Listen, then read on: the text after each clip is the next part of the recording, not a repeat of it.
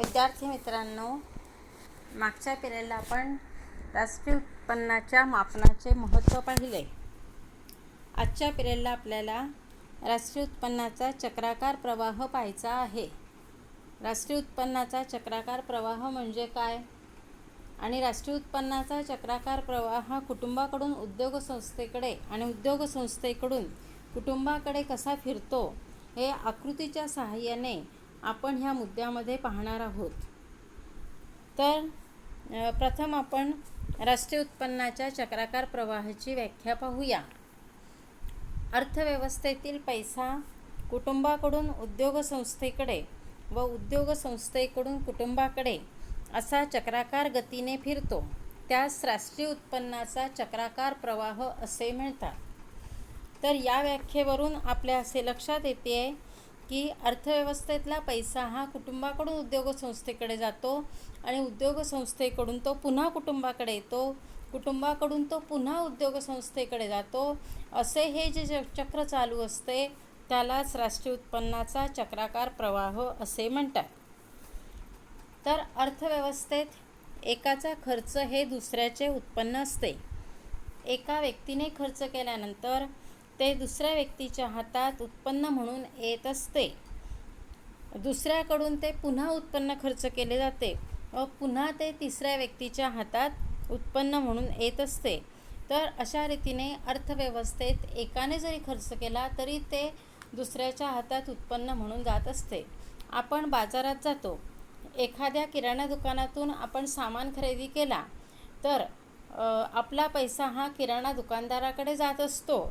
आणि समजा आपण दुसरीच काही वस्तू विकतो आहोत, आपलं दुकान समजा त्याचं किराणा दुकान आहे, आपलं कपड्याचं दुकान आहे. जेव्हा तो किराणा दुकानदार आपल्याकडून कपडे खरेदी करेल तेव्हा ते उत्पन्न पुन्हा आपल्याकडे येईल. अशा रीतीने उत्पन्न हे एकाकडून दुसऱ्याकडे, दुसऱ्याकडून तिसऱ्याकडे, तिसऱ्याकडून चौथ्याकडे सतत फिरत असते. कारण अर्थव्यवस्थेत एकाचा खर्च हे दुसऱ्याचे उत्पन्न असते. प्राथमिक अवस्थेत अशा प्रकारचा विनिमय कुटुंबामध्ये होत होता. म्हणून राष्ट्रीय उत्पन्न एका कुटुंबाकडून दुसऱ्या कुटुंबाकडे, दुसऱ्या कुटुंबाकडून तिसऱ्या कुटुंबाकडे असे फिरत होते. परंतु वर्तमान काळाचा विचार केला तर वर्तमान काळात प्रत्येक कुटुंब वस्तूंचे उत्पादन करून व ते विकून उत्पन्न मिळवित नाही, तर कुटुंब उपभोग घेतात आणि उद्योग संस्था उत्पादनाचे कार्य करतात. जेव्हा वस्तुविनिमय पद्धत होती त्यावेळेला असे व्यवहार चालत होते. पण वर्तमान काळात मात्र प्रत्येक कुटुंब वस्तूचे उत्पादन करून ते विकून उत्पन्न मिळवित नाही, तर कुटुंब उपभोग घेतात आणि उद्योग संस्था उत्पादनाचे कार्य करतात. कुटुंबाला आवश्यक असणाऱ्या वस्तूंचे उत्पादन उद्योग संस्था करतात. मग उद्योग संस्था उत्पादन घटकांच्या सहाय्याने उत्पादन करतात. हे उत्पादन उद्योग संस्था कुटुंबाकडून खरेदी करतात. या उत्पादन घटकांच्या मोबदल्यात खंड, वेतन, व्याज, नफा हा कुटुंबाला दिला जातो. म्हणजेच उद्योग संस्थेकडून कुटुंबाकडे उत्पन्न येते. कुटुंब या उत्पन्नाचा उपयोग उद्योग संस्थेने उत्पादित केलेल्या वस्तू व सेवा खरेदी करण्यासाठी करतात. म्हणून कुटुंबाकडील उत्पन्न पुन्हा उद्योग संस्थेकडे जाते.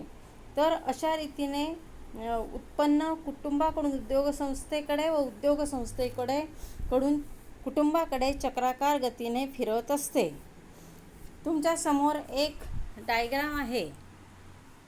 त्या डायग्राममध्ये कुटुंब आणि उद्योग संस्था हे दोघं घटक दाखविलेले आहे. आणि कुटुंबाकडून उद्योग संस्थेकडे भूमी, श्रम, भांडवल व संयोजक हे घटक जात असतात आणि म्हणून त्यांचा बाण हा उद्योग संस्थेच्या दिशेने आकृतीत दिसून येत आहे. याचा अर्थ उद्योग संस्था उत्पादन घटकांच्या मदतीने उत्पादन करत असतात.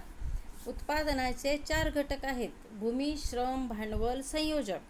आणि हे भूमी, श्रम, भांडवल, संयोजक हे 4ही घटक उद्योग संस्थेला पुरविण्याचे कार्य कुटुंब करत असते.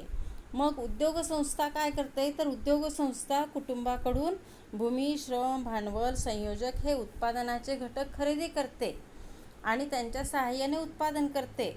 आणि मग भूमी, श्रम, भांडवल, संयोजक हे घटक उत्पादन कार्यात मदत करत असल्यामुळे उद्योगसंस्था त्यांना मोबदले देत असते.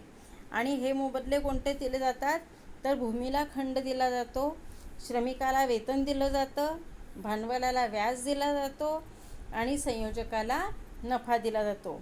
तर अशा रीतीने उत्पादन घटकांना जे मोबदले मिळतात ते खंड, वेतन, व्याज, नफा या रूपामध्ये असतात. मग कुटुंब, भूमी, श्रम, भांडवल, संयोजक हे घटक उद्योगसंस्थेला पुरविते. उद्योगसंस्था या घटकांच्या सहाय्याने उत्पादन करते आणि भूमी, श्रम, भांडवल, संयोजक या घटकांना खंड, वेतन, व्याज, नफा हे मोबदले देते. मग उद्योगसंस्थेने ह्या उत्पादन घटकांना हे मोबदले दिल्यानंतर कुटुंबाकडे हे उत्पन्न येते. मग कुटुंब काय करतं, या उत्पन्नाचा उपयोग उद्योगसंस्थेने उत्पादित केलेल्या वस्तू आणि सेवा खरेदी करण्यासाठी करते. मग कुटुंबाने उद्योगसंस्थेकडून उपभोग्य वस्तू व सेवा खरेदी केल्या की परत कुटुंबाकडचं उत्पन्न हे उद्योगसंस्थेकडे जातं. मग उद्योगसंस्था त्या उत्पन्नाच्या सहाय्याने कुटुंबाकडून उत्पादनाचे घटक खरेदी करते. म्हणजेच भूमी, श्रम, भांडवल, संयोजक हे घटक खरेदी करते आणि यांच्या सहाय्यानं उत्पादन करत असते आणि या घटकांना खंड, वेतन, व्याज, नफा हे मोबदले देते. पुन्हा कुटुंबाकडे उत्पन्न आल्यामुळे कुटुंब उद्योगसंस्थेकडील वस्तू आणि सेवा खरेदी करते. अशा रीतीने अर्थव्यवस्थेतील उत्पन्न हे कुटुंबाकडून उद्योगसंस्थेकडे आणि उद्योगसंस्थेकडून कुटुंबाकडे असे फिरत असते. तर या डायग्राममध्ये तुम्हाला कुटुंबाकडून उद्योगसंस्थेकडे आणि उद्योगसंस्थेकडून कुटुंबाकडे उत्पन्न कसे फिरत असते हे दाखवलेले आहे. त्याचप्रमाणे या खालच्या भागामध्ये जर आपण पाहिलं तर आपल्याला असं दिसतं आहे की उपभोग्य वस्तू व सेवा हे जे बाण आहेत तर हे दोघी दिशेला दिसत आहेत. उद्योगसंस्था उपभोग्य वस्तू व सेवा या कुटुंबाला पुरवण्याचे कार्य करत असते. मग ज्या वेळेला कुटुंब या वस्तू व सेवा खरेदी करत असते, उद्योगसंस्थेकडून उपभोग्य वस्तू व सेवा खरेदी करते, तेव्हा हा उपभोक्त्यांचा खर्च असतो. म्हणजेच कुटुंब आणि उद्योगसंस्था हे दोघंही ग्राहकाची आणि विक्रेत्याची भूमिका बजावत असते. ज्या वेळेला उद्योगसंस्था कुटुंबाकडून भूमी, श्रम, भांडवल, संयोजक हे घटक खरेदी करते, त्यावेळेला उद्योगसंस्था उद्योगसंस्था ग्राहकाची भूमिका बजावत असते आणि कुटुंब विक्रेत्याची भूमिका बजावत असते. या उलट ज्या वेळेला कुटुंब उद्योगसंस्थेने उत्पादित केलेल्या वस्तू व सेवा खरेदी करते, तेव्हा कुटुंब ग्राहकाची भूमिका बजावत असते आणि उद्योगसंस्था हे विक्रेत्याची भूमिका बजावत असते. अशा रीतीने कुटुंब आणि उद्योगसंस्था यांच्यामध्ये देशातील उत्पन्न हे एक चक्राकार गतीने फिरत असते आणि त्यालाच राष्ट्रीय उत्पन्नाचा चक्राकार प्रवाह असे म्हणतात. तर अशा रीतीने कुटुंब आणि उद्योगसंस्था ग्राहकाची व विक्रेत्याची भूमिका बजावत असते. तर अर्थव्यवस्थेतील पैसा हा जसा जास्त फिरत राहतो त्याप्रमाणे अर्थव्यवस्थेतील कार्यांचा विकास हा होत जातो. आर्थिक व्यवहारात वाढ ही मोठ्या प्रमाणावर होत असते. तर अशा रीतीने या आकृतिबंधावरून आपल्या असे लक्षात येते आहे की राष्ट्रीय उत्पन्न हे कुटुंबाकडून उद्योगसंस्थेकडे आणि उद्योगसंस्थेकडून कुटुंबाकडे चक्राकार गतीने फिरत असते.